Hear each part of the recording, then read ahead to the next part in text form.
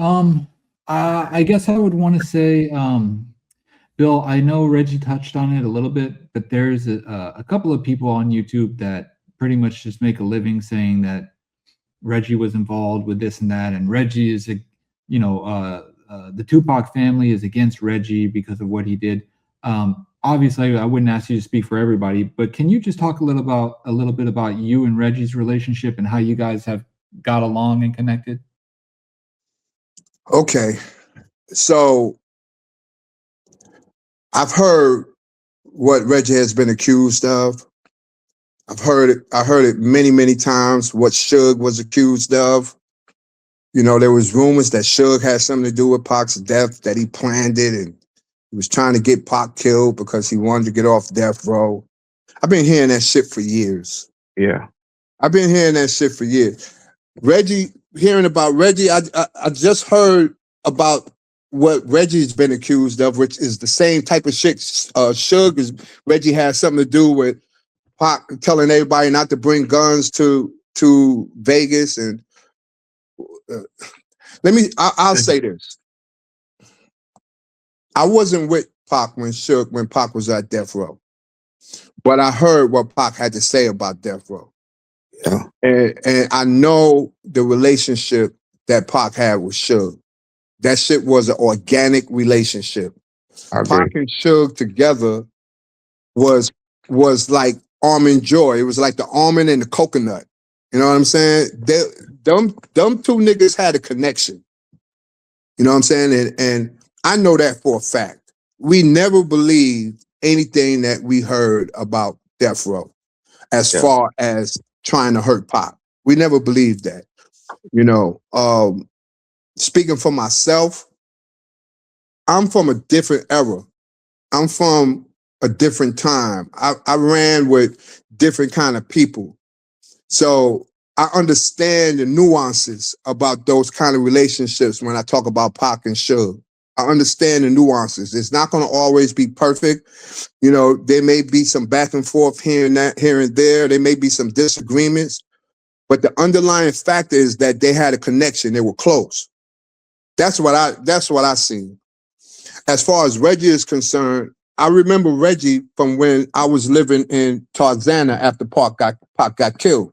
Remember that house we had in Tarzana, Reggie? Correct. I remember. Yes. I was living with the Outlaws in that house back in I always '98. I always talk about how bad y'all had it, how they treated it. Yeah, yo, they tore that house. Yo, I'm with you on yo, Reggie. Muta and Camille and them Muta, Camille, and them damn dogs and them Reef pit bulls and them dogs. Yo. Hey, Reggie, that was a beautiful fucking home, man. Man, I tell you, that man cried. I had to cut that man a check for $37,000 for damages. I believe it. He cried. I believe it, man. I believe it. Because you came up there every month to make sure we had money, make sure we had a fucking rental car. Even though we was tearing that house up, man. We was tearing that house up, man.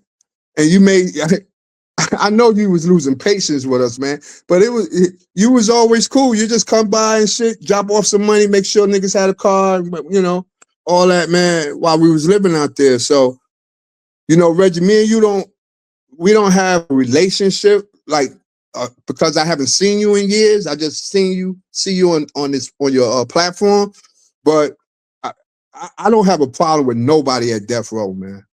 I don't, man, because I understand. I understand. And even on that disarming people with the guns, there's audio out there. I won't have John play it now, but there's audio out there where Frank tells people why he didn't have his gun, and people want to run with that narrative. But Frank has said it in his book. Frank has talked about it on interviews. Let me ask you this, Reg. Was it because this is what I heard?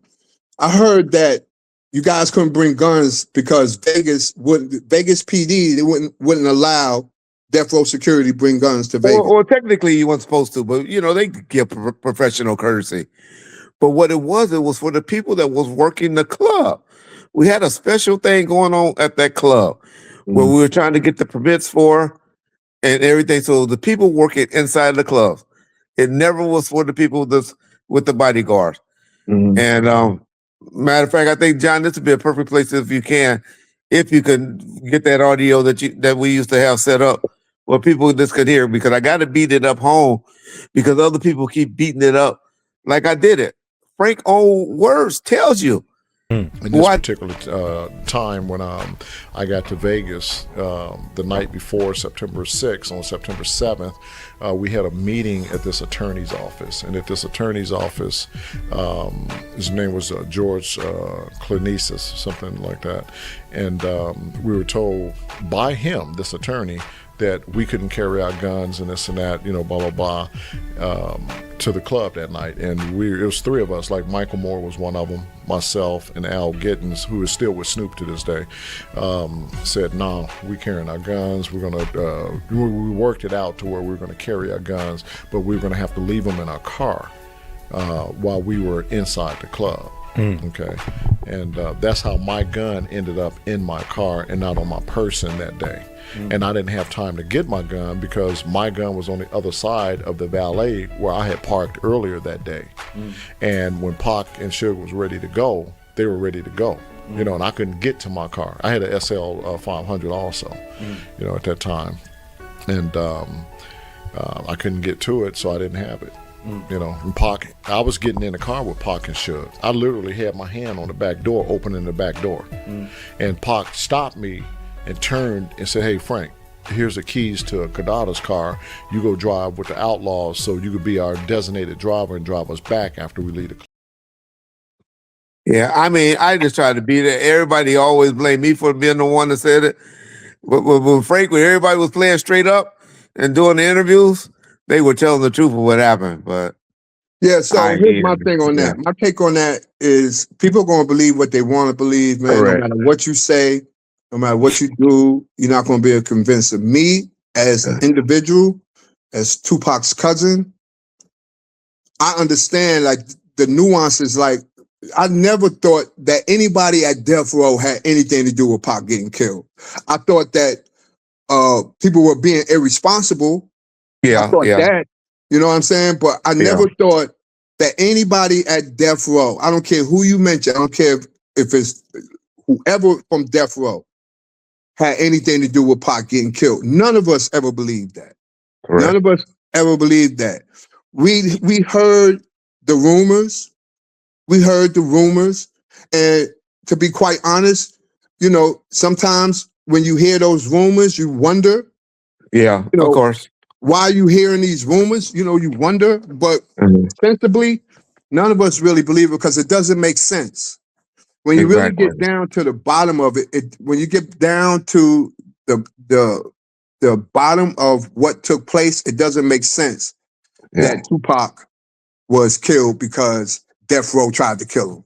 Members of Death Row had something to do with Tupac's telling you, those death. were worst days of our life. The I know. I believe it, man. I believe it. I believe it, man. Like I said, I don't have any problem with anybody from Death Row. Yeah. I believe that what happened to Tupac was unfortunate, man. It was a tragedy, and I believe that it happened because people wasn't paying attention. People weren't thinking at the time.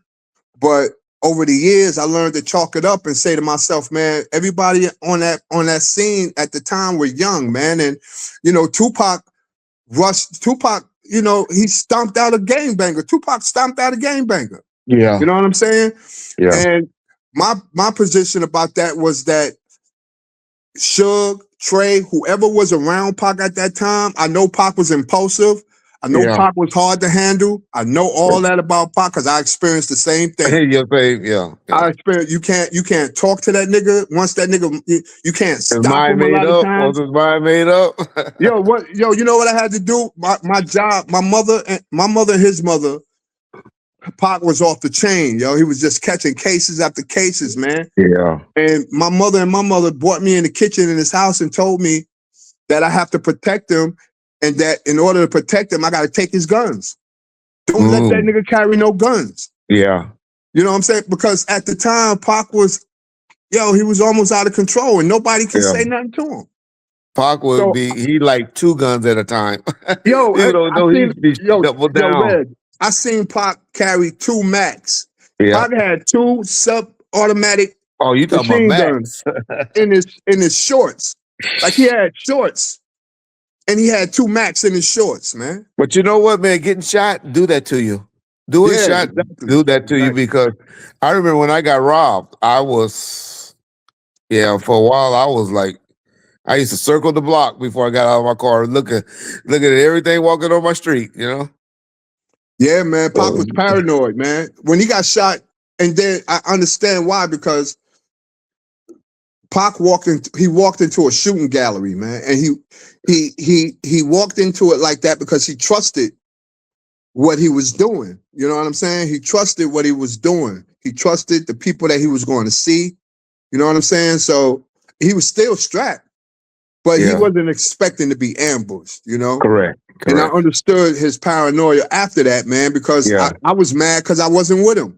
Correct. You know what I'm saying? I was mad because I wasn't with him, man, because the one thing, man, that's for certain, man, Pac should have been protected.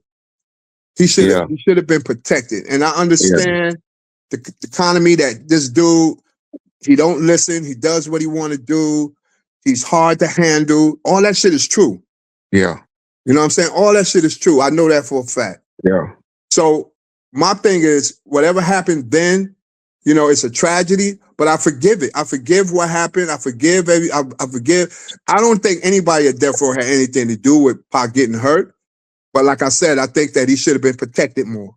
You know what I mean? And that was the only thing. And unfortunately, in a car and sitting in a car, other than boxing him in and all of that, there's nothing you can do. You know what I have. So this is what I would say, and I didn't know this until recently because of podcasts. When you listen to these stories, I listen to Keefe D, I listen to you, I listen to Mob James, I listen to all the Death Row cats and Keefe D. What I came to understand was that all of y'all grew up together. Yeah. Y'all grew up together. You know what I'm saying? Compton is 8 miles wide. Everybody knew each other. I've been to Compton. My son lives on 118th and Compton Ave. Okay. You know what I'm saying? So I know the area. I don't know the area that well, but I know what you're saying. Put it that way. Yeah. But I discovered that all you guys grew up together, right? Correct. And the gang banging culture was something that Pac was familiar with more so than us. You know what I'm saying? Yeah. And because of that gang banging culture and because of what transpired, I would think that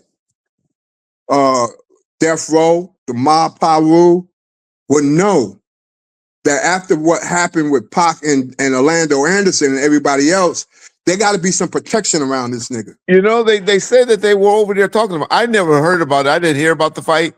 I didn't know about the fight.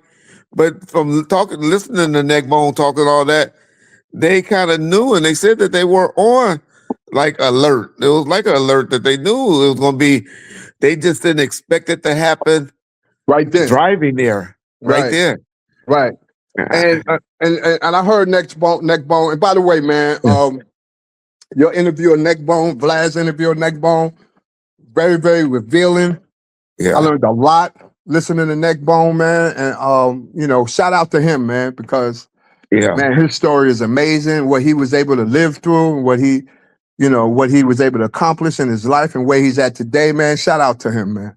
Yeah, you know what I'm saying. But Reg, bottom line is, you know, we lost a legend. We lost someone that could have changed the world. I agree. You know, and all of us paid for it, man. You know, and the only way that we can honor Pac's death, man, is to help other people, man.